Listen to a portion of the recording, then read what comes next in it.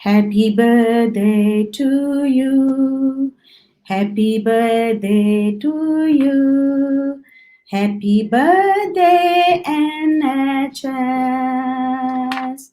Happy birthday to you. Hip hip hooray. Ladies and gentlemen, today is 72nd birthday of NHS UK. All the heroes of NHS and all the people, in every field who are working with them, who had worked with them, they are all our heroes. उन सबको बहुत बहुत खराज तहसीन, उन सबको भी जिन्होंने दूसरों की जानें बचाते हुए इस कोविड-19 में अपनी जानों का नजराना पेश किया। और आज हम यूके में 72वीं सालगिरह एनएचएस की सेलिब्रेट कर रहे हैं और इसीलिए आज हम आपके साथ लाइव हैं। और हमारी जो वी आर रियली ग्रेटफुल, हम बहुत शुक्रगुजार हैं। हम अपने उन हीरोज को सल्यूट करते हैं, उन सब डॉक्टर्स को, उन सब पैरामेडिक्स को, उन सब लोगों को जिन्होंने एनएचएस में पूरे यूके में, और इसके साथ साथ गो के हम एनएचएस को सेलिब्रेट कर रहे हैं आज उनकी सालगिरह, बट उसके साथ साथ पूरी दुनिया में हम उन तमाम हीरोज को सल्यूट करते हैं गिमी टीवी की तरफ से, जो अपनी जानें उन सब इंसानों ने, बनी नौ इंसान के लिए, ह्यूमैनिटी के लिए, regardless of religion, regardless of anything, purely बने नौ इंसान के लिए अपनी जानें दी, अपने दूसरे फेलो ह्यूमन बीइंग को बचाने के लिए। और आज के दिन के लिए हमने एक स्पेशल ये लाइव शो का एहतमाम किया है और इसलिए हमारे साथ एक बहुत ही स्पेशल गेस्ट हैं। तो आइए पहले उनको भी अपने साथ मिलाते हैं और फिर गपशप स्टार्ट करते हैं। हमारे साथ मेहमान हैं बहुत ही खूबसूरत, बहुत ही प्रोफेशनलिस्ट और consultant psychiatrist Saima Niaz ji. Welcome to the show Saima, बहुत वेलकम। वालेकुम अस्सलाम, कैसी हैं आप? जी ठीक ठाक। आज हम एनएचएस की बर्थडे सेलिब्रेट कर रहे हैं और आपका बहुत गहरा ताल्लुक है एनएचएस के साथ, तो आप इस मौके पर क्या कहेंगी? जी बहुत शुक्रिया, आपने बहुत खूबसूरत अंदाज में एनएचएस को थैंक यू कहा, हैप्पी बर्थडे का और खिराज तहसीन पेश किया। मैं यही कहना चाहूँगी कि it's a proud moment for me कि मैं इतने सालों से एनएचएस में काम कर रही हूँ और सबसे खूबसूरत बात एनएचएस की इसकी डाइवर्सिटी है। हर रंग, नस्ल और कौम का इंसान उसमें काम कर रहे हैं और उसके सर्विसेज से मुस्तफीद हो रहे हैं। और जिस ट्रस्ट में मैं काम करती हूँ, मैं खुशकिस्मत हूँ कि डाइवर्सिटी को जितनी वो इम्पोर्टेंट देते हैं। लंदन में मैं काम कर रही हूँ और इट्स सिंपली अमेजिंग कि आप कभी-कभी स्पीचलेस हो जाते हैं। परफेक्ट तो कोई नहीं है दुनिया में, सब कोशिश कर रहे हैं कि बेहतर से बेहतर इम्प्रूव करें। तो happy birthday to NHS, 72nd birthday. और इस पे आज हमें थोड़ा सा अफसोस भी है कि वो लोग, बहुत ज्यादा अफसोस है इस बात का कि वो लोग हमारे साथ नहीं है जो अपनी जानें दूसरों की जान बचाते हुए। जी बिल्कुल, मैं आई कैन अंडरस्टैंड कि साइमा आपकी क्योंकि बहुत उनके साथ रफाकत है। और ख़वातीन और हज़रात, मैं यहाँ पे बताती चलूँ कि हमारी आज की ये जो खूबसूरत और खूबसीरत बोथ हमारी जो गेस्ट हैं, ये एक इंतहाई प्रोफेशनल लेडी हैं और एक ऐसा फील्ड है जिसकी कि ज़िंदगी के हर शोबे में बहुत सख्त ज़रूरत होती है। आपको मैं बताऊँ कि इन्होंने FCPS किया कराची पाकिस्तान से साइकेट्री में, और उसके बाद ये स्पेशलिस्ट हैं जनरल एडल्ट साइकेट्री यूके में, और इनकी बेशुमार जहतें हैं थ्रू आउट। ये कायद आज़म स्कॉलरशिप और मेडलिस्ट हैं from matric, then FSC from Pakistan, and then she did her MBBS from Allama Iqbal Medical College, Pakistan. जाहिर है, जैसे मैंने आपको बताया कि सेक्रेटरी FCPS कराची से करने के बाद इनको यूके आ गई और इनको ये एजाज हासिल है कि ये DISC, जिसको डिस्क सर्टिफाइड बोलते हैं, जो कि स्पेशल बिहेवियरल टूल है for personality profiling which helps to improve relationships. और इसमें भी ज्यादा इंपॉर्टेंट ये बात है कि a non judgmental tool for discussion of peoples behavioural differences. ये एक इंतहाई, इसके लिए हम इनसे पूछते हैं आगे गपशप जब स्टार्ट करेंगे। और करंटली इन्होंने एज ए कंसल्टेंट साइकेट्रिस्ट और पेरीनेटल सेक्रेटरी भी इन्होंने कैम्पटन और इस्लिंगटन NHS फाउंडेशन ट्रस्ट के साथ वाबस्ता हैं। सिर्फ यही नहीं, बहुत सारा और काम भी करती हैं और Allama Iqbal Medical College Association UK के साथ भी वाबस्ता हैं।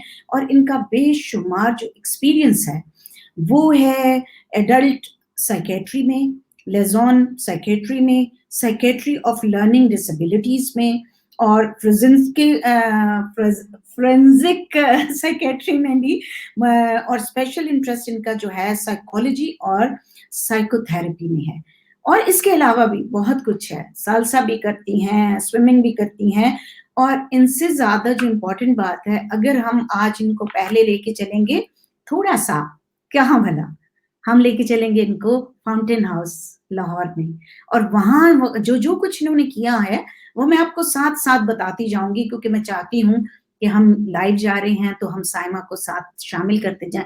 साइमा, हम स्टार्ट करेंगे, मेरी जान आप स्टार्ट करें जो आपका फाउंटेन हाउस का और डॉक्टर रशीद के साथ, और वहां कितना कुछ आपने काम किया, और फिर जो आपका एक्सपीरियंस रहा है रूही बानो हमारी लेजेंडरी आर्टिस्ट जो हैं उनके साथ। तो जो आपकी साथ साथ अचीवमेंट है वो तो मैं बताती जाऊंगी, हमारे व्यूअर्स हैं। तो आप पहले let's go to the fountain house, because अपने वतन से स्टार्ट करते हैं, फिर हम यूके की तरफ आएंगे। जी, सबसे पहले मैं कहूंगी, एक शेर है जो प्रोफेसर हारून ने अपनी किताब में लिखा था कि वो खुदा है किसी टूटे हुए दिल में होगा, वो खुदा है किसी टूटे हुए दिल में होगा, सजदों में ढूंढो ना इसे कलीसियाओं में। तो मेरा जर्नी बहुत सफर बहुत मजे का रहा है, मैंने उसे बहुत एंजॉय किया। और जब मैंने FCPS किया तो सबसे पहले जब मैं वापस लाहौर गई FCPS करने के बाद, तो मैं प्रोफेसर हारून रशीद से मिली कि मैं करना चाह रही हूँ आगे, और मेरा प्लान है कि इसके बाद मैं बाहर भी जाना चाह रही हूँ।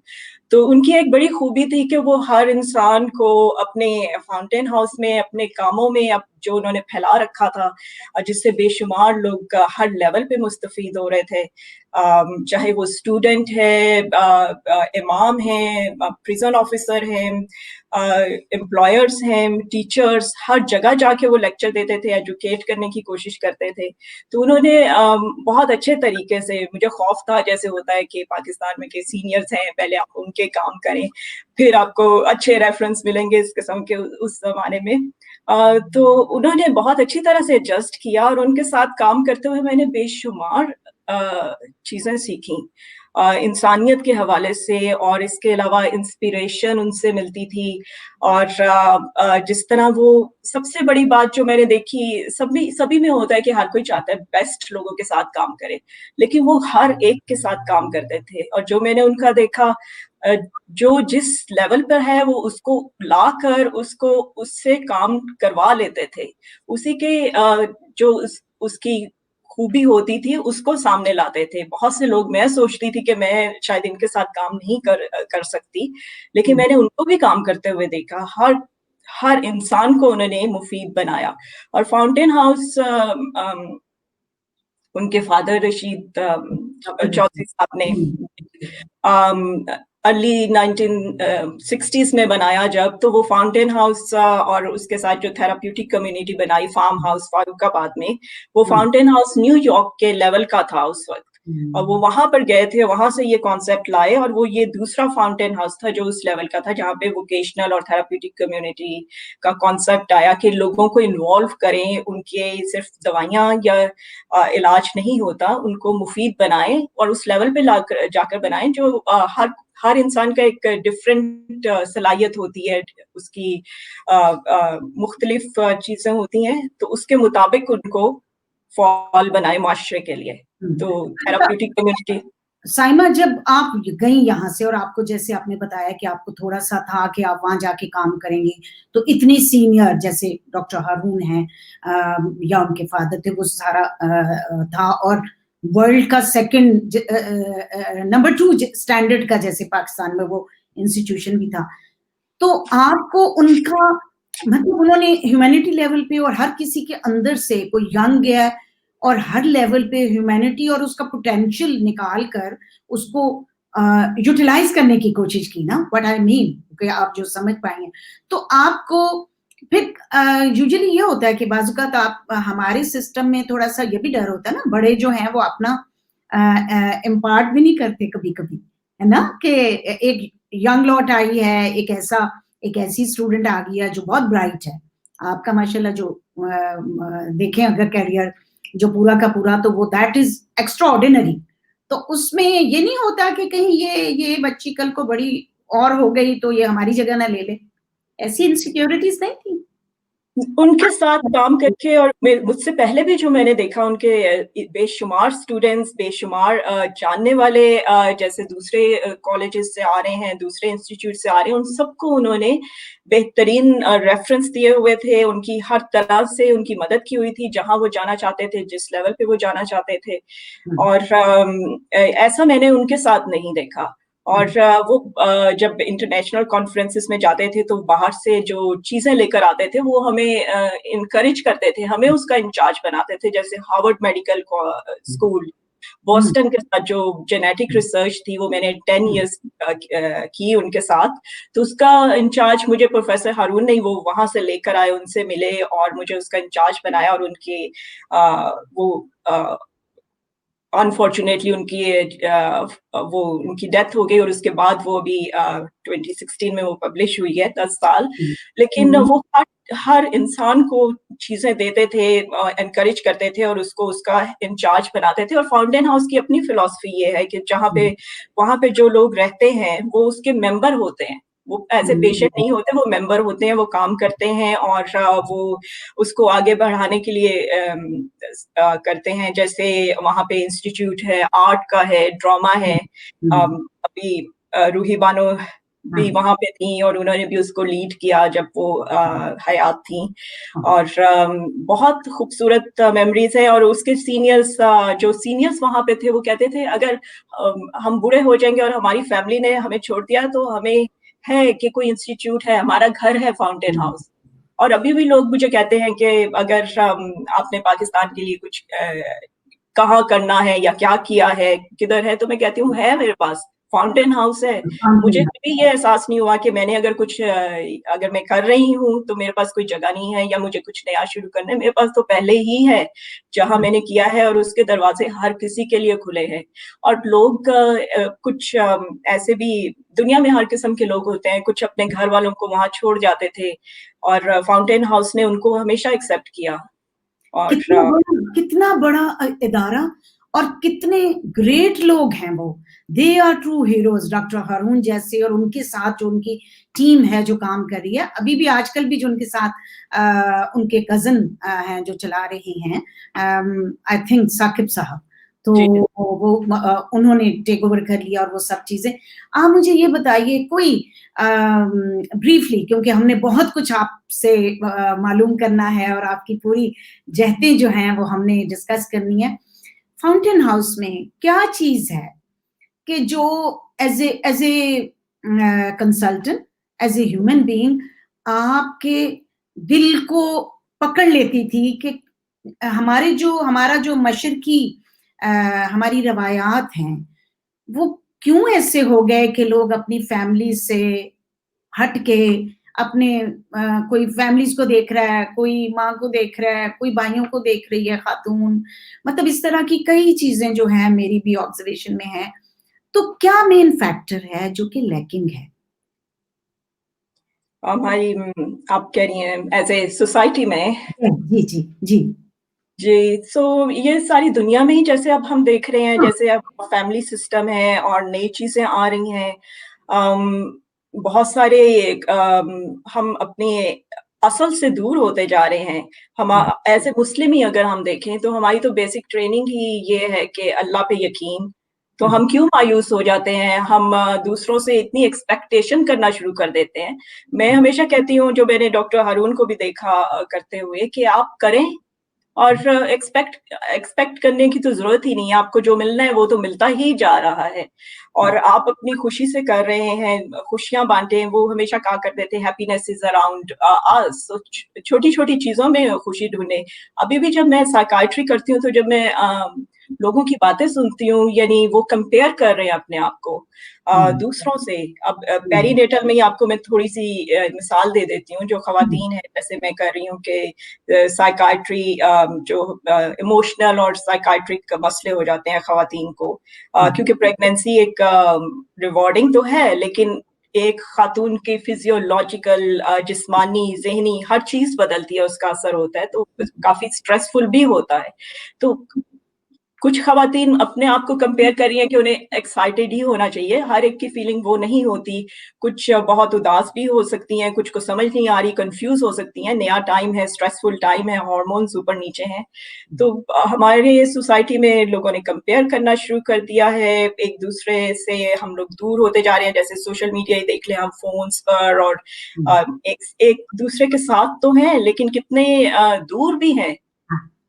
ट्रू, बिल्कुल सही कह रही हैं। तो आप समझती हैं कि मेन रीज़न ये है कि हम लोग थोड़े-से दूर होते जा रहे हैं और करीब होते हुए भी दूर हो गए ना? अच्छा, मुझे ये बताइए, आपको क्योंकि आपका जो इंटरेस्ट है वो लर्निंग डिसेबिलिटीज़ में भी है, तो मैंने भी कुछ इसके बारे में पढ़ा है। तो लर्निंग जो डिसेबिलिटी के जो फैक्टर्स हैं, उसमें एक कंसल्टेंट कि क्या रोल है? जैसे आपका रोल, लर्निंग डिसेबिलिटीज़ तो बेशुमार हैं, उनमें किस तरह से आप हेल्प आउट करती हैं पेशेंट्स को? जी, अच्छा, मैंने जी, जी। इसमें साथ-साथ भी आजकल में लोग आ रहे हैं, आपको प्रोग्राम को एप्रिशिएट भी कर रहे हैं। अहमद नवीद ने कहा है बहुत मार्वेलस शो जा रहा है। उसके अलावा आसफ़ा खान ने हमें पाकिस्तान से ही जॉइन किया है और वो भी एप्रिशिएट कर रहे हैं, तो मैंने कहा आपको मैं ये भी साथ-साथ फीडबैक देती जाऊँ। जी, प्लीज़ कैरी ऑन साइमा। जी, मैंने लर्निंग डिसेबिलिटी में भी किया है। हर इंसान की अपनी शख्सियत होती है, सो मेरी ये है कि मैं मुख्तलिफ चीज़ें सीखती रहती हूँ। दूसरी फ़ील्ड्स में भी थोड़ा-थोड़ा मैंने सीखने की, ट्राई करने की कोशिश की है और सीखा है। लर्निंग डिसेबिलिटीज़ में मुख्तलिफ फैक्टर्स होते हैं, हमारी डिफरेंट उसमें इंटरवेंशंस हैं। जैसे ऑटिस्टिक स्पेक्ट्रम डिसऑर्डर भी एक काफ़ी ब्रॉड टर्म है, और इसमें असेसमेंट्स होती हैं, और ज़्यादातर उनकी जो वोकेशनल रिहैबिलिटेशन है, या उनके मुताबिक जो होम्स हैं, उनमें डे सेंटर्स हैं, रिसोर्सेज़ हैं, उनको दिए जाते हैं, उनके मुताबिक उसको एडजस्ट किया जाता है। तो असेसमेंट और इंटरवेंशन मैं कहूँगी हैं, जिसमें डे सेंटर्स आ जाते हैं, उनको मुख्तलिफ चीज़ों में इन्वॉल्व किया जाता है, ताकि वो भी अपने आप को अपने जो हर एक की कैपेसिटी है उसके मुताबिक हुँ। माशरे के में अ, आगे बढ़ सकें। हुँ, हुँ, हुँ। अच्छा, ये साइमा, आप ये भी क्योंकि नाज़रीन ले रही हैं बड़े इंटरेस्ट और ये उनका फ़ील्ड है, ख़ास तौर पे ये जो आपने आपका देखें कि विदाउट या नॉन जजमेंटल जो टूल है, तो हमारे तो सेटअप में है ही जजमेंट, जजमेंट, जजमेंट, जजमेंट। आज के इस शो से मैं चाहूँगी कि आप, क्योंकि अब हमारे पास एज़ ए एक्सपर्ट हैं, तो आप थोड़ा-सा इस पे रोशनी डालें कि दूसरों को जज करना किस हद तक एक नेगेटिव बिहेवियर है और इसका इम्पैक्ट वो जो जज करता है उस पे कितना पड़ता है, दूसरों पे तो पड़ता है या नहीं पड़ता, और दूसरा कि हम इस तरह के बिहेवियर्स को कैसे चेंज कर सकते हैं? तो ये टूल में मेरा इंटरेस्ट इसीलिए हुआ कि पर्सनालिटी हमारे असेसमेंट का भी बहुत खास हिस्सा है, और मेरा वैसे भी इंटरेस्ट है पर्सनालिटीज में, क्योंकि इंसान एक आम नहीं है, बहुत कॉम्प्लेक्स ब्रेन है उसका। तो मैंने ये खास तौर पर सीखा, और इसमें हम प्रोफाइलिंग करते हैं। इसके 4 डोमेन्स हैं। इसको डिस्क कहते हैं, यानी पहला डोमेन है डोमिनेंस या ड्राइव, और दूसरा है इन्फ्लुएंस, कैसे करना है दूसरों को, तीसरा है स्टेडीनेस, और चौथा है कंप्लायंस या करेक्टनेस। सो जैसे इसके अलावा इसके 2 डायमेंशंस भी हैं जो कि मुझे बहुत इंटरेस्टिंग लगे, इससे ज़्यादा इंटरेस्टिंग लगे, जिसमें एक है डायमेंशन है कि एक तो आपकी एनवायरनमेंट है, आसपास की एनवायरनमेंट के इंसान ने उसको कैसे परसीव किया है, उसके आसपास क्या हो रहा है, और दूसरा ये है कि एक एक्सटर्नल लोकस ऑफ कंट्रोल और इंटरनल लोकस ऑफ कंट्रोल। ठीक है, आपकी एनवायरनमेंट में जो कुछ हो रहा है, लेकिन क्या आप की शख्सियत ऐसी है कि आप समझ रहे हैं कि आपने उसको खुद कंट्रोल कर सकते हैं, या आपने कह दिया कि बाकी लोग उसे कंट्रोल कर रहे हैं, आपने जैसे कहते हैं अपना रिमोट कंट्रोल किसी के हाथ में दे दिया। हाथ में ले लिया, ठीक ठीक। इसको वर्क प्लेस पे भी बहुत सी ऑर्गेनाइजेशंस यूज कर रही हैं, ताकि वो समझ सकें कि बहुत सारे एम्प्लॉयज एक जगह काम कर रहे हैं, तो वो उनकी मुख्तलिफ शख्सियत है, ताकि वो हर एक को इन्वॉल्व कर सकें और उनके मुताबिक वो उनको आगे लेकर चलें, और अब उनकी ऑर्गेनाइजेशन भी स्ट्राइव करे। तो ये बहुत इंटरेस्टिंग लगा मुझे, और इससे आप अपने बारे में भी जानते हैं, और कैसे अपने कॉलीग्स के साथ करना है, और दूसरों के साथ भी आपने कैसे इंटरेक्शन करना है। अच्छा, मैं आपको ना यहाँ पे थोड़ा सा रोकूंगी, और मेरा दिल चाह रहा है कि आप बहुत आर्टिस्टिक भी हैं, बहुत आर्टिस्टिक हैं, आपके आपके अंदर एक बहुत खूबसूरत और बड़ा टेस्टफुली आपके अंदर शायरी का भी शौक है, और बाकी भी। तो पहले मुझे आप ना, हम ये साथ साथ चलते रहेंगे, थोड़ा सा इंफॉर्मेटिव तो चीजें हम ले ही रहे हैं। अब ये बताइए कि ये कैसे आपके अंदर एक डॉक्टर, बड़ा मजे की बात है, एक डॉक्टर वो क्या कुछ पढ़ रहे हैं, और फिर ये देखें ये जो लोगों की पर्सनालिटीज को जानना, उनकी प्रोफाइलिंग करना, और उसके साथ साथ आपको शायरी भी अच्छी लगे। उसके बाद जैसे आपने अभी डॉक्टर ये बहुत प्यारा एक शेर स्टार्ट में पढ़ा, बड़ा मीनिंगफुल था। तो ये सब कैसे आपकी पर्सनालिटी का हिस्सा बना? मेरा ख्याल है जैसे स्कूल भी एक इन्फ्लुएंस होता है बच्चों पे। मेरे स्कूल में जो टीचर्स थी, और जो उर्दू की टीचर्स थी, इंग्लिश की थी, वो काफी आर्टिस्टिक होती थी। मुझे आज भी अपने स्कूल की वो टीचर्स याद है। मैं लोगों को कहती हूँ मुझे अपना मेडिकल प्रोफेशन के टीचर्स इतने याद नहीं है जितने मुझे अपने स्कूल के टीचर्स याद है। हाँ, हाँ, और मुझे याद है हमारे घर में भी जो मेरी मदर है, वो हमें पेंसिल्स और वो स्टोरी बुक्स जो होती थी छोटी छोटी सी, वो हमें बहुत ज्यादा मिला करती थी, हमारे रबर पेंसिल स्टोरी बुक्स।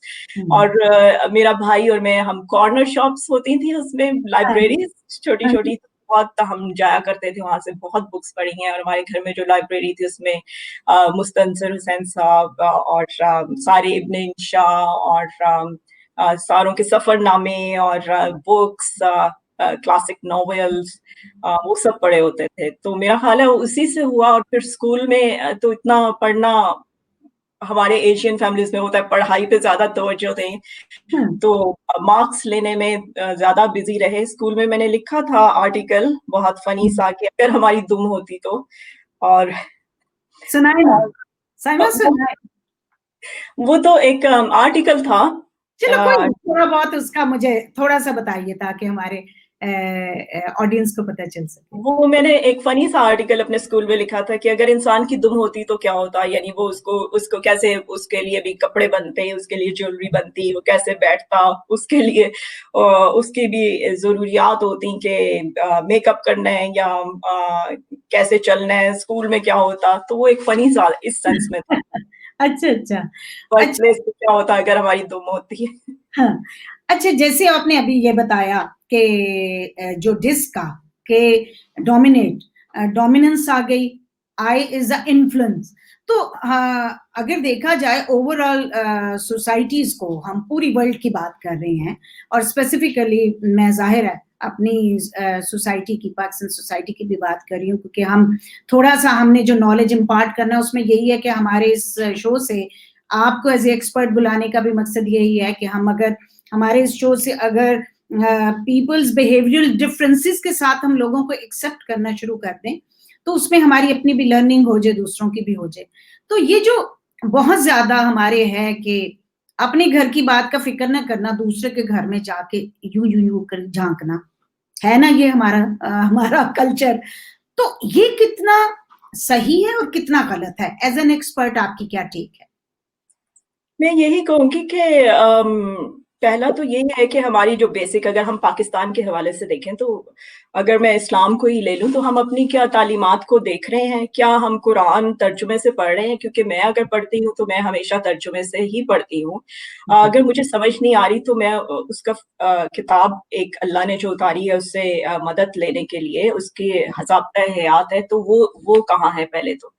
और जजमेंटल सभी थोड़े बहुत, जैसे ये पर्सनैलिटी के मैंने आपको 4 बताए हैं, उसमें ये है कि ठीक है इनकी स्ट्रेंथ्स हैं, लेकिन अगर ये एक्सेसिव हो जाए तो हर एक की अपनी वीकनेस भी है, कि आप बहुत डोमिनेट बन जाते हैं, आप अथॉरिटेटिव हो गए हैं, इन्फ्लुएंस में आप किसी की बात नहीं सुन रहे, कंप्लायंस में आप बस दूसरे की ही बात सुने जा रहे हैं, अपनी मनवा ही नहीं रहे या अपनी बता ही नहीं रहे, और स्टेडीनेस में एक ही लाइफस्टाइल में आप बैठ गए हैं, बस खुश हैं, कुछ आगे बढ़ ही नहीं रहे। तो अगर बहुत हद से बढ़ जाए तो हर एक के हर ट्रेट के अपने पॉजिटिव्स भी हैं और नेगेटिव्स भी हैं। तो अच्छा, जी जी, कैरी ऑन प्लीज। जी, जजमेंटल में यही है कि हम सारा अपने हमें सारी जिंदगी अपने आप पे काम करना होता है। जैसे अभी मैं पेरीनेटल साइकाइट्री से ही शुरू करती हूँ। यहाँ पे फीटल प्रोग्रामिंग को भी वो उसमें ला रहे हैं कि जब बच्चा प्रेगनेंसी में भी उस पे उसका असर होता है, माँ की डाइट का, खुराक, स्ट्रेसेस, उसकी एनवायरनमेंट, ये कैसे कंट्रोल करना है। हमारे पास बेशुमार सर्विसेज हैं जिसे हम और एक्सपेंड कर रहे हैं, ताकि बच्चे पे जब वो पैदा हो ये सारे उस पे इन्फ्लुएंस करेंगे, और उसकी एनवायरनमेंट कैसे करेगी। जीन्स तो हैं ही हैं जो कर रही हैं, इसके अलावा ये सारी चीजें उस पे कर रही हैं। फिर माँ बाप का रोल, हमारे जो आसपास जैसे पेरेंट्स का रोल है, उनकी अपनी जो परेशानियां हैं या मसले मसाइल हैं, या उनकी अपनी जैसे अपब्रिंगिंग हुई है, उसका भी इफेक्ट बच्चे पे हो रहा है। तो इसको भी, यहाँ पे तो सर्विसेज हैं, लेकिन पाकिस्तान में ज्यादा एजुकेशन की, ज्यादा बताने की जरूरत है। जजमेंटल जज करना दूसरों को लोगों में होता है, लेकिन हाँ कुछ ज्यादा है शायद। हमें अभी आपकी गुफ्तगू सुनते ही हमारे पास हमें डॉक्टर मुनीर अजहर साहब ने क्वेश्चन भी भेजा आपके लिए। वो ये कह रहे हैं कि in your opinion what percentage of good parenting does help in positive reinforcement of upbringing of children? Is that a major neglected aspect of our society? What is your answer in that? Thank you very much doctor Munir साहब। आपका जवाब हम साइमा से अभी लेते हैं। जी साइमा। जी, thank you doctor Munir साहब। इसका अपब्रिंगिंग का बहुत ज्यादा असर होता है। जैसे ये निग्लेक्टेड है, जैसे मैं यहाँ पे सर्विसेज देख रही हूँ, वो भी अभी एक्सपैंड हो रही हैं, वो भी इस कदर ज्यादा नहीं बनी अभी। तो इसका वालदैन को कैसे से कहा जाए, ये मुझे नहीं समझ आ रही कि मैं कैसे बताऊं, क्योंकि ये एक बहुत वास्ट एरिया है। हमें इस पे बहुत काम करना है, हर लेवल पे काम करना है, लोगों को बताने के लिए, एजुकेशन, अवेयरनेस।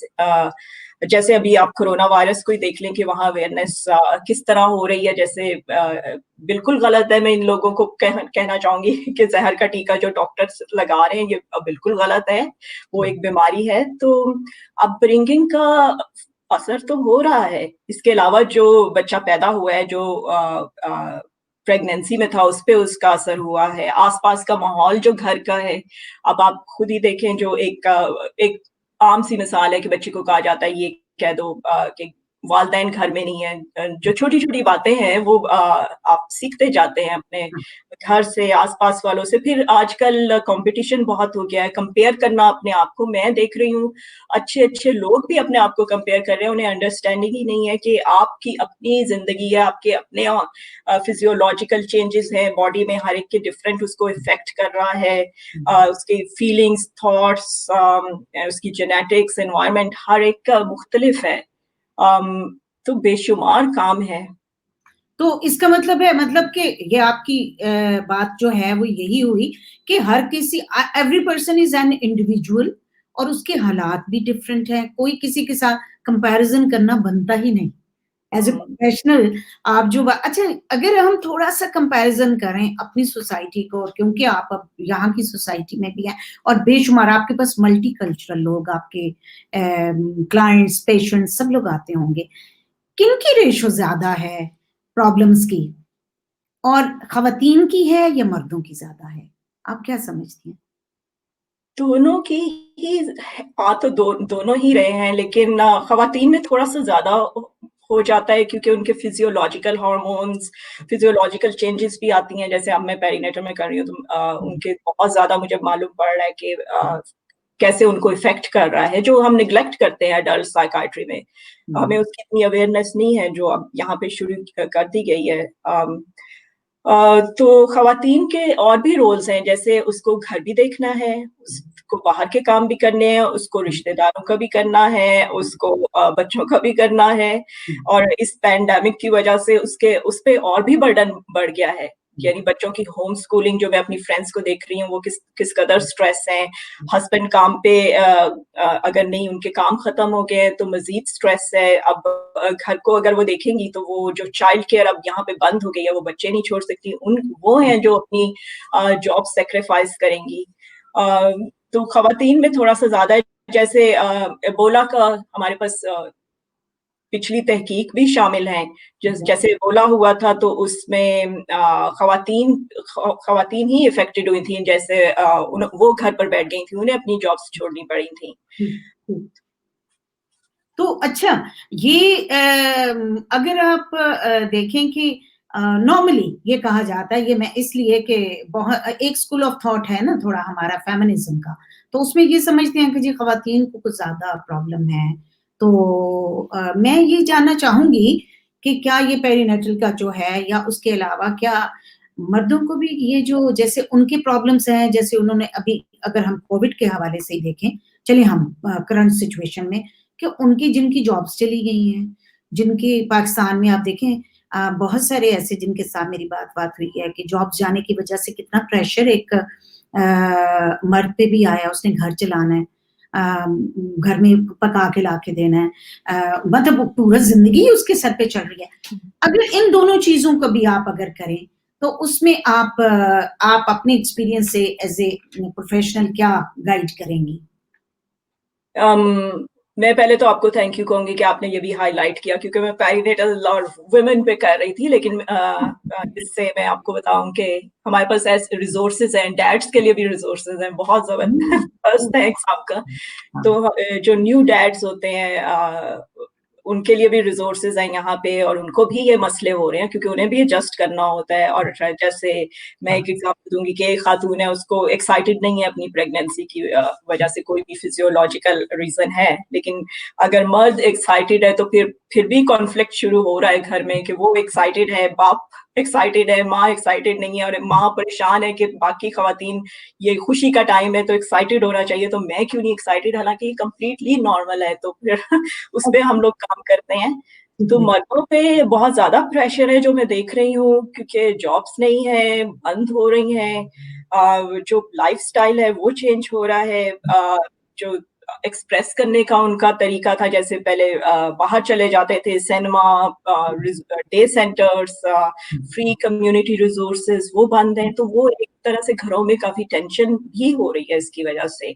हुँ, और दोनों तरफ हस्बैंड वाइफ या पार्टनर्स कोशिश कर रहे हैं, हुँ। लेकिन कुछ घरों में बहुत ज़्यादा मुश्किलात हो रही हैं, जो अब हमारे अपने रिसोर्सेज़ लिमिटेड हैं, क्योंकि बहुत से लोग घरों से काम कर रहे हैं और हम उन्हें रेफ़र नहीं कर सकते। हुँ, हुँ।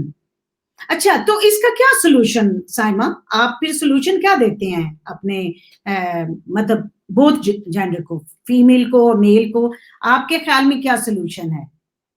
जैसे मुख्तलिफ चीज़ों के मुख्तलिफ सॉल्यूशन हैं, कोई एक तो सॉल्यूशन ही है। यानी अगर आपको गुस्सा ज़्यादा आ रहा है तो उसके कुछ तरीके हैं कि वहाँ से हट जाएँ, थोड़ी देर बाद उस पे बात करें। जैसे आप पानी पी रही हैं तो ये भी कहा जाता है पानी पी लें, बैठ जाएँ, लेट जाएँ, थोड़ी देर बाद उस पे सोचें, 1 दिन बाद उसका जवाब दें, घर से बाहर चले जाएँ वॉक के लिए। अब तो यहाँ पे ईज़ डाउन हो रहा है, लॉकडाउन।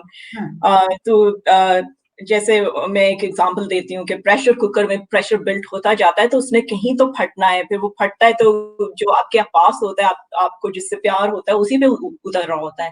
तो यहाँ मतलब पे डोमेस्टिक मतलब वायलेंस जिसके साथ प्यार है, गुस्सा भी उसी पे उतारो, ये क्या बात हुई?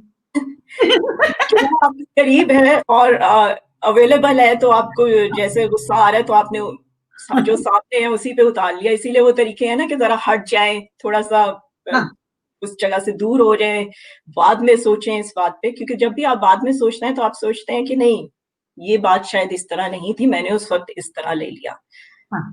तो अच्छा, ये सॉल्यूशन है कि आप थोड़ा-सा, अच्छा ये तो यहाँ की बात हो गई कि चलें थोड़ा-सा वॉक कर लेंगे, थोड़ा-सा अवेयर्ड लोगों की या अवेयर्ड सोसाइटी की कि जिनको अवेयरनेस है। अब हम आप मुझे बताएँ, एक बेचारा रोज़गार डेली डेली वेजेस वाला कोई बंदा है, हमारे पाकिस्तान में, या बहुत है, हमारे वहाँ पे गुर्बत भी है और वहाँ पे कोई आप जैसे कि वो भी हेल्प भी नहीं है, जैसे यहाँ पे तो चलें गवर्नमेंट भी हेल्प कर देती है ना, अब वो बेचारे क्या करें? उनके लिए क्या किया जा सकता है?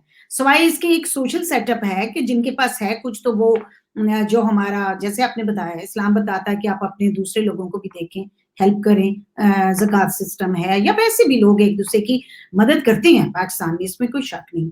लेकिन कितनी की मदद हो सकती है? अब तो सारी चीज़ें नौकरियाँ में one of my friend was telling कि तुम लोगों को तो वहाँ बैठे आइडिया ही नहीं जो यहाँ पे हालात हैं। तो फिर क्या करें? लोग चोरियाँ करें? क्या करें? बेचारे क्या करें लोग? I feel so sad. मुझे मेरा दिल टूटता है, आप यकीन करें कि और फिर हॉस्पिटल में लोग इसलिए नहीं जा पा रहे। तो आप इस तरह की जो बिहेवियर्स होती हैं, गुस्सा चढ़ना, अब मैंने पानी इसलिए just on a lighter note मैंने पानी इसलिए पिया कि मुझे शो के बाद इवनिंग का डिनर बनाना है। मैं कुकिंग से मेरी बड़ी जान जाती है बट करना है भई करना है, तो क्या करें? अब यहाँ पे तो कोई नहीं ना मिलता, यहाँ तो आपने सारे काम खुद करने हैं लंदन में बैठे। तो उन लोगों के लिए क्या? मैं क्योंकि मैं थोड़ा-सा बहुत ज़्यादा ना वो उदास वाला नहीं प्रोग्राम करना चाहती, दैट्स व्हाई मैं थोड़ा लाइटर टोन में भी बात कर लेती हूँ। तो क्या उनके लिए आप क्या सजेस्ट करेंगे? कैसे उनके हम जो बिहेवियरल प्रॉब्लम होते हैं, गुस्से आ जाते हैं, जब पेट ही भरने को कुछ नहीं होगा, तो साइमा फिर क्या किया जा सकता है? क्या ख्याल हुँ। है? हाँ, ये एक डिलेमा है, हुँ, बहुत मुश्किल बात है। हुँ, इसमें वही आता है जैसे आपने साथ में खुद भी बता दिया है कि दूसरे जो लोग हैं वो मदद हुँ, करें या इस हुँ, तरह की रिसोर्सेज़ शुरू करें, हुँ, उनके लिए वसाइल के तरीके बनाएँ। हुँ, हुँ, लेकिन बेसिक तो वहीं पे आ जाता है कि आपकी अवेयरनेस। मैं एजुकेशन इसलिए नहीं कहूँगी कि स्कूल एजुकेशन जो मैंने सीखा है प्रोफ़ेसर हुँ, हारून से, हाँ, वो बहुत एजुकेटेड थे, लेकिन उन्होंने अपनी ज़िंदगी से और अपने सीनियर से इतना कुछ सीखा, हुँ, जो कि आप किताबों में नहीं पढ़ते। तो सिर्फ़ एजुकेशन इस तरह के बच्चों पे, जैसे मैं आजकल कह रही हूँ रेज़िलियंस, उनको सिखाएँ कि जब मुश्किल हालात होते हैं तो हुँ, उन्होंने कैसे उससे उसको डील करना है। अगर आप स्ट्रेस को सही तरह से डील करें, अगर आपके पास खाना नहीं है तो आप उसको, जो ऐसे रिसोर्सेज़ हैं उनको तलाश करने की कोशिश करें कि वो ऐसे रिसोर्सेज़ कहाँ पर हैं। हुँ, अम, कहीं तो जैसे मुझे पता चला है कि पाकिस्तान में बहुत से लोग चीज़ें दे रहे हैं और ऐसे हुँ, हैं। हुँ, अम, और ये भी मालूम पड़ा है कि बहुत मुश्किल हो जाता है लोगों के लिए जाके, इतनी लंबी लाइनें हैं और कोविड का भी खतरा है। हुँ, तो इसमें आहिस्ता-आहिस्ता ही अवेयरनेस आती है, हुकूमत भी काम कर रही है अपना, वहाँ पे लोग भी हुँ, काम कर रहे हैं। मुश्किल है, सारी दुनिया में ऐसी मुश्किलात हैं। हुँ, आपका ये क्वेश्चन है तो बहुत अच्छा, लेकिन एक जवाब इसका नहीं हो सकता, क्योंकि बेशुमार चीज़ें हैं जो इसमें हुँ, सही होने वाली हैं, लोगों का को खुद एहसास है होना चाहिए, और जो जिसके साथ मसला हो रहा है, मैं कहूंगी कि बात करें। आप बात करते हैं घर वालों से, आसपास वालों से, कहीं से मदद हासिल करें, क्योंकि हम अपनी ज़हनी परेशानी और स्ट्रेस में भी लोगों को कहते हैं बोलें। अगर आपने बात नहीं की तो मदद हासिल करें। जब तक आप दूसरों को बताएँगे नहीं, बहुत मुश्किल हो जाता है कि आप खुद से जाके ऐसे लोगों की मदद करें। अच्छा, ये जो सबसे इम्पोर्टेंट बात, ख़वातीन और हज़रात, मेरे सारे व्यूअर्स जो कि अभी पाकिस्तान में भी बैठे देख रहे हैं, हमारे यहाँ एक और चीज़ है कि परेशानी की बात है तब भी अपने तक रख लो, खुशी की बात है तब भी अपने तक रख लो। एक्सप्रेशन का थोड़ा-सा इतना इज़हार का शाइनेस है या कोई और रीज़न्स हैं या कुछ एनवायरमेंटल, जब जिन-जिन फैमिलीज़ में आप ब्रॉट अप होते हो उसका असर होता है। तो अपना प्रॉब्लम्स आपकी जो बात मैं समझ पाई हूँ कि शेयर करें, बताएँ। और मैंने वैसे आपको मैं बताऊँ कि मुझे इतना पता है कि हमारे पाकिस्तान में एक-दूसरे का ख़्याल भी बहुत करते हैं, अगर पता चल जाए। मतलब ये है कि जैसे यहाँ पे भी बहुत करें, वहाँ पे भी बहुत-बहुत ऐसे अच्छे लोग हैं जो कि ख़्याल कर रहे हैं कि एक-दूसरे का कैसे करते हैं। अच्छा, अगर मैं दोबारा आऊँगी ख़वातीन की तरफ, क्योंकि ड्यूरिंग प्रेगनेंसी जो बहुत सारी चेंजेज़ आती हैं एक औरत के अंदर, और उसमें बहुत सारे ऐसे चीज़ें हैं कि वहाँ पे ख़ास तौर पे जॉइंट फैमिली सिस्टम है, वो यहाँ पे भी है। यहाँ पे भी मेरी ये ऑब्ज़र्वेशन रही है, जॉइंट फैमिली सिस्टम में हमारे अपने लोग जो हैं, वो बहुत सारे उस लड़की को, उस खातून को बहुत सारे प्रेशर्स फेस करने पड़ते हैं, और सिर्फ लड़की को नहीं, बहुत सारी जगहों पे तो बेटों को भी बहुत प्रेशर्स फेस करने पड़ते हैं। तो इन इन चीज़ों को कैसे अवॉइड किया जा सकता है? आपको बड़ा केस स्टडी से आपके बहुत सारे एक्सपीरियंस होंगे। अब ज़ाहिर है कॉन्फिडेंशियलिटी आप बता नहीं उस तरह से सकती, बट इन जनरल क्या जो मैं कह रही हूँ ठीक कह रही हूँ? जी, आप ठीक कह रही हैं, दोनों तरफ ही प्रेशर्स हैं, और जॉइंट फैमिली सिस्टम पाकिस्तान में तो ज़्यादा है, लेकिन यहाँ पे ये है कि यहाँ पे इतना ज़्यादा नहीं है। तो उसमें यहाँ पे फिर रिसोर्सेज़ आ जाते हैं, यहाँ पे कम्युनिटी रिसोर्सेज़ और बहुत बेशुमार हैं, जैसे न्यू डैड्स के लिए भी हैं, और मदर्स के लिए, न्यू मम्स के लिए भी हैं। आजकल बंद हैं तो ज़्यादा प्रॉब्लम्स सामने आ रही हैं, बहुत ज़्यादा। इसमें बात तो आपने ज़बरदस्त की है। और इसका दोनों को जैसे है प्रेशर्स अपने कल्चर के, एनवायरनमेंट के, कुछ फैमिलीज में ऐसा होता है जो प्रेशर देती हैं, फ्रेंड्स हैं। मैंने आपको पहले ही एग्जांपल दी कि कुछ अपनी अवेयरनेस नहीं होती लोगों को, वो खुद से प्रेशर में आ जाते हैं कि नहीं, बाकी खवातीन ऐसे या बाकी घरों में ऐसा हो रहा है तो मुझे भी ऐसा ही महसूस होना चाहिए, और अगर मुझे ऐसा महसूस नहीं हो रहा तो मेरे साथ कोई मसला है। तो अवेयरनेस मेन जो बात है आपकी वो अवेयरनेस पे ही जाती है। चलिए यहाँ पे तो थोड़े राइट्स का पता है, लेकिन राइट्स का भी पता होने के बाद अगर राइट्स का पता चल जाए तो घर टूट जाते हैं।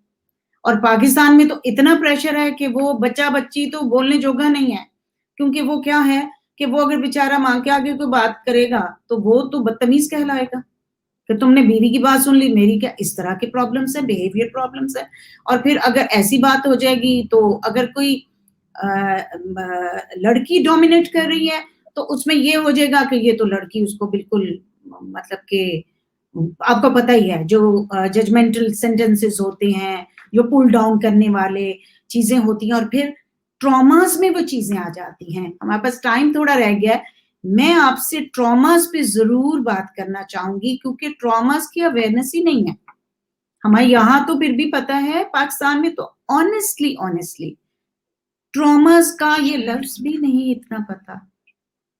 मैं मेजॉरिटी बात कर रही हूँ। तो आप ट्रॉमास की बात ये ज़रूर बताएँ ऑडियंस को, कैसे कोई चीज़ें जब आप सप्रेशन होती है, दबा-दबा के प्रेशर कुकर में रखते हैं, तो वो कैसे ट्रॉमास बन जाते हैं? बताइए प्लीज़।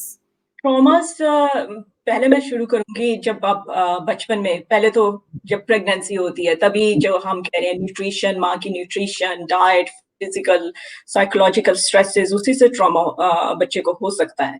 उसके बाद प्रेगनेंसी के बाद जब बच्चा पैदा हो रहा है, अर्ली लाइफ में जो वो अपने घर में दे रख रहा है, पेरेंटल कॉन्फ्लिक्ट्स या दादा दादी नाना नानी या जो भी रिश्तेदारों के कॉन्फ्लिक्ट्स हैं उससे, फिर स्कूलिंग में वो जो सीख रहा है आसपास के दूसरे बच्चों से। आजकल तो प्रेशर ही इतने हैं कि कंपटीशन के और कंपेयर करने के, और जो हर एक के पास नई से नई चीज होनी चाहिए। अगर आ गई है मार्केट में, कोई फोन आ गया है या कोई भी टैबलेट आ गई है, तो हर बच्चे को चाहिए, छोटे छोटे बच्चों को चाहिए। इसके अलावा जो बात नहीं होती, जैसे आपने कहा ट्रॉमा, जब घर में अगर किसी ने कुछ कह दिया, जैसे मुलाजिम है, जैसे अब्यूज की मैं बात करूंगी, कोई फिजिकल अब्यूज हो रहा है, वर्किंग पेरेंट्स हैं, घर में छोड़ के जा रहे हैं, दादा दादी के पास भी छोड़ के जा रहे हैं, तो घर में अगर मुलाजिम है तो कोई फिजिकल अब्यूज, सेक्सुअल अब्यूज, लोग बात नहीं करते, बताते नहीं। अगर किसी ने कहा भी है तो जो माएँ हैं वो चुप करवा देती हैं। और मैं बिल्कुल सही कह रहे। और इसी में मैं ये नहीं कहूंगी कि पाकिस्तान या एशियन कल्चर, मेरे पास अफ्रीकन भी हैं, और वो और दूसरे भी ममालिक की खवातीन हैं, वो भी कह रही हैं कि उस वक्त मेरे माँ बाप का कसूर नहीं था, मेरे साथ ये हुआ, मुझे पता है उसका इस तरह से मेरी लाइफ में इम्पैक्ट हुआ, और उससे उसकी वजह से मुझे ये मुश्किलात आई। लेकिन मैं ये नहीं कहूंगी कि उनका कसूर था, क्योंकि उनको अवेयरनेस ही नहीं थी। तो अवेयरनेस ही नहीं है, अगर कोई बात ही नहीं करेगा, अगर उसको चुप करवा दिया जाएगा माशरे में, जो प्रोग्राम्स है ऐसे, तो लोगों में अवेयरनेस नहीं आएगी। बाकी स्टिग्मा, शेम, वो हर कल्चर में है, उस पर हर जगह काम हो रहा है। तो ट्रॉमास आपके बिल्ट अप होते जाते हैं। कुछ लोगों ने उस पर खुद अपनी शख्सियत की वजह से वो सीख जाते हैं, या इतनी मजबूत होती है कि वो उसको डील कर लेते हैं। लेकिन कुछ फिर ब्रेक डाउन हो जाता है, और ब्रेक डाउन होने का ये मतलब नहीं है वो कि आपको कोई डिप्रेशन ही हो रहा है। ऐसा है कि आहिस्ता आहिस्ता आपकी जिंदगी में वाकयात हो रहे हैं, और आपके पास सब कुछ है, लेकिन आप अंदर से खाली हैं, आपको समझ नहीं आ रही, क्योंकि आपने कभी बात ही नहीं की कि आपके साथ क्या हुआ और वो किस तरह आपकी जिंदगी पे इफेक्ट कर रहा है। आपके पास हर चीज है, पैसा है, दौलत है, शोहरत है। जैसे आज अभी पिछले दिनों भी हमने देखा है, दुनिया में कुछ मशहूर लोगों ने अपनी जिंदगी तक खत्म कर ली है, सब कुछ होते हुए। तो ऐसी क्या वजह थी कि आपके पास सब कुछ है और आप जाकर दूसरे से मदद नहीं मांग रहे, किसी को बता नहीं पा रहे, और एक लम्हे में जो आपके बचपन से जो हुआ है या आपकी वजह से हुआ है, आप समझ रहे हैं कि आपके पास सब कुछ खत्म हो गया है। अल्लाह ने आपको मैं कहती हूँ कि आपको आंखें, दिमाग, हाथ पाँव, अपनी नेमत को तो देखें कि आप जीरो से फिर शुरू कर सकते हैं। मैं तो, आप देखें मेरा देखें अगर हिस्ट्री, तो मैंने इतनी चीजों में काम किया है, क्योंकि मेरा इंटरेस्ट, मैंने इसको नहीं देखा कि मैं एक ही चीज में बैठूं और मैं अपने आप को कंपेयर करूं कि मैं आज क्लिनिकल डायरेक्टर बैठी होती किसी जगह अपने इतने एक्सपीरियंस और हार्वर्ड के साथ रिसर्चेस और बाकी चीजों से। मेरा इंटरेस्ट था और मैंने किया, मैंने हर जगह जाके जीरो से स्टार्ट किया और मैंने सीखा। तो आपके पास अल्लाह ने आपको दिमाग दिया, हाथ पाँव, इतनी नेमतें हैं, आप जीरो से स्टार्ट कर सकते हैं। लेकिन इस तरह होता है कि वही जो बचपन से हमारे चल रहा है, और अगर सोसाइटी में, माशरे में नहीं है ऐसी चीजें जहाँ पे आप जाके न्यूट्रल लोगों से मदद हासिल कर सकें, तो फिर वो कोई बुरा नतीजा, यानी जिंदगी तक लोग अपनी खत्म कर लेते हैं।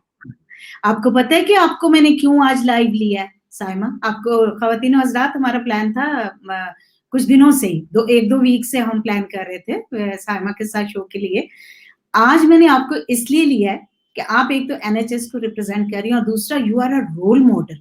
You are a role model for not only for the ladies, for the gents as well. You are such a strong, powerful lady. जिस तरह अभी आप कह रही थी कि आपने हर जगह, हर चीज में जीरो से किया, मतलब माशाल्लाह से मैं आपको ये भी बताती जाऊं ख्वातीन हज़रात कि साइमा नियाज़ जो हैं, ये वर्ल्ड साइकेट्रिक एसोसिएशन जोन 15 और world psychiatric association section on psychiatry in developing countries at the international seminar जो है, उसके ऊपर भी इनका outstanding mental health services award ले चुकी हैं।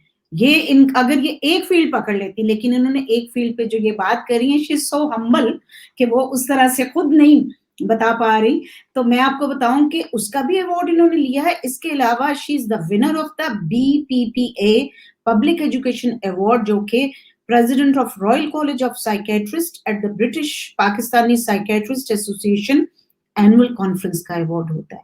तो ये आपकी अमेजिंग अचीवमेंट्स हैं। हमारे पास टाइम कम है, वरना एक लंबी लिस्ट है इनकी अचीवमेंट्स के। इसके बावजूद she is such a powerful human being कि वो हर चीज पे एक पे फुल हाई लेवल पे पहुंची है, दोबारा से एक नया। ये जो आपकी जुस्तजू और लर्निंग की जो चीज है ना, और अभी यू आर टू यंग माशाल्लाह से, इतनी यंग एज में आपने, और मैं तो एनएचएस के हीरोज को सलूट करने के साथ साथ आपको भी सलूट करती हूँ। इतना माशाल्लाह आपने काम किया। तो हमारे पास अब बिल्कुल लास्ट के मिनट रह गए हैं, तो आप क्या कहना चाहेंगे इस प्लेटफॉर्म में? लास्ट 1 मिनट में आप अपना पैगाम दीजिए, अपनी कोई एक्सपीरियंस शेयर करें, because you are a role model today for everyone. पहले तो मैं आपका शुक्रिया अदा करना चाहूंगी कि आपने मुझे यहाँ मधु किया और मुझे मौका दिया, और आपका मैंने प्रोग्राम्स देखे हैं। आप खुद इतनी शानदार उर्दू बोलती हैं और इतनी मजा आ जाता है। सारे वो बचपन के जो पढ़े हुए हैं, मुस्तनसर हुसैन तारार साहब और बानो कुद्सी और सारे बड़ी बड़ी शख्सियात, आप खुद बस सुन के उनकी याद आ जाती है। और माशाल्लाह आप इतना इंस्पायरिंग प्रोग्राम्स कर रही हैं कि किसी जैसे सदका जारिया होता है, आपके किसी एक बात से भी किसी का एक शख्स का फायदा हो जाए, तो वो एक सदका जारिया है। तो पहले तो मैं आपका बहुत बहुत कॉन्ग्रेचुलेशन कहूंगी जो आपने ये काम शुरू किया हुआ और बहुत जबरदस्त कर रही हैं। और अपने लिए तो मैं यही कहूंगी कि बस मैं थैंकफुल हूँ, क्योंकि अभी जो मैंने अपनी एजुकेशनल वीडियोस बनाई थी वो पाकिस्तान हाई कमीशन लंदन ने भी एक्सेप्ट की, उनकी वेबसाइट पे भी आ गई हैं। और बस जो सीखा है अपने उस उस्ताद से कि बस आप काम करें, जहाँ पे आपको जो मिलना होगा वो आपको मिल जाएगा। अगर नहीं भी मिलता तो आपका मकसद काम करना है, अच्छा काम करें और खुश रहें। याद रखें कि खुशी आपके आसपास है, कोई किसी से कंपेयर करने में नहीं है, किसी को जज करने में नहीं है। और एक और बात कि अपने आप को और दूसरों को, कोई गलती हो जाती है, अपने आप को इंसान समझें, कोई सुपर हीरो नहीं है हम। अपने आप को भी माफ करना सीखें और दूसरों को भी माफ करना सीखें, और काम करते रहें अपने ऊपर कि वो जज ना करें। करते हैं हम गलतियां करते हैं, माफी मांग लें, और माफी मांगने के बाद अपने आप को भी माफ करें जरूर, अपने साथ भी। भाई बहुत खूबसूरत आपने बात की और सारी ही बातें आपने कर दी। जो एक बात जो मैंने आज के शो के साथ आपके अंदर से डिस्कवर किया वो ये है, आपका जो फेथ है अपनी किस्मत पे, अपने अल्लाह पर, अपने राज़िक पे, कि ना कंपैरिजन करने की जरूरत है ना कुछ और करने की जरूरत है। जब आपको पता है कि हमारे ऊपर कोई, मतलब उसको कोई भी जो आपकी पावर है वो आपको देने वाली है, एक्सेप्ट के हम लोगों ने मेहनत करनी है, तो उसमें तो कोई चीज का कोई प्रॉब्लम ही नहीं रह जाता। खुशी खुश बंदा रहे हो, खुशियां बांटे। Thank you so much Saima, बहुत अच्छा लगा। और आप देखें कि हमें पता ही नहीं चला कि हमारा ये 1 घंटा कैसे गुजर गया। Thank you so much, we are really grateful, gimme TV is really grateful. आप जैसे लोगों की मोहब्बतें हैं कि हमें एनर्जी मिलती है, ऑक्सीजन मिलती है, और हम इस तरह से शो करते रहते हैं। तो मेरे तो उर्दू की जो बात है ना, मेरे उर्दू के उस्ताद कुछ ऐसे हैं। आपने इशफाक साहब का नाम लिया तो इशफाक साहब के बेटे भी मेरे उस्ताद हैं। आप वो यूके के, आपको पता है मुस्तफा हमदानी साहब हैं, सफदर हमदानी साहब, वो मेरे उर्दू दान जो हैं। वो तो गुफ्तगू में हम अंग्रेजी का एक लफ्ज नहीं बोल सकते, मैं तो फिर बीच में कई अंग्रेजी के बीच में बोल लेती हूँ। फिर हमारे जो अपने उस साथीजा थे पीटीवी के, तो वो तो कहते थे अंग्रेज, पंजाबी में कहती होती थी मीजू आपा, ये अंग्रेजी कॉल रखा अपने, मतलब वो पंजाबी का शो है, प्योर पंजाबी, उर्दू है तो उर्दू।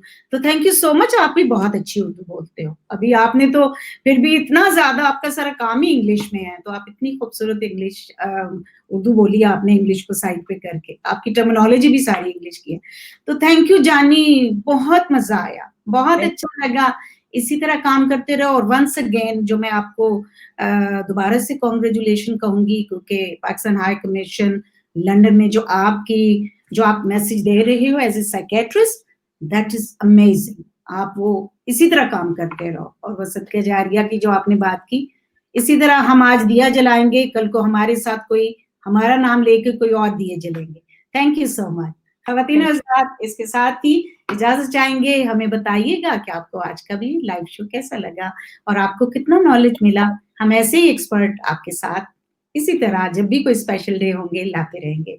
खुदा हाफ़िज़।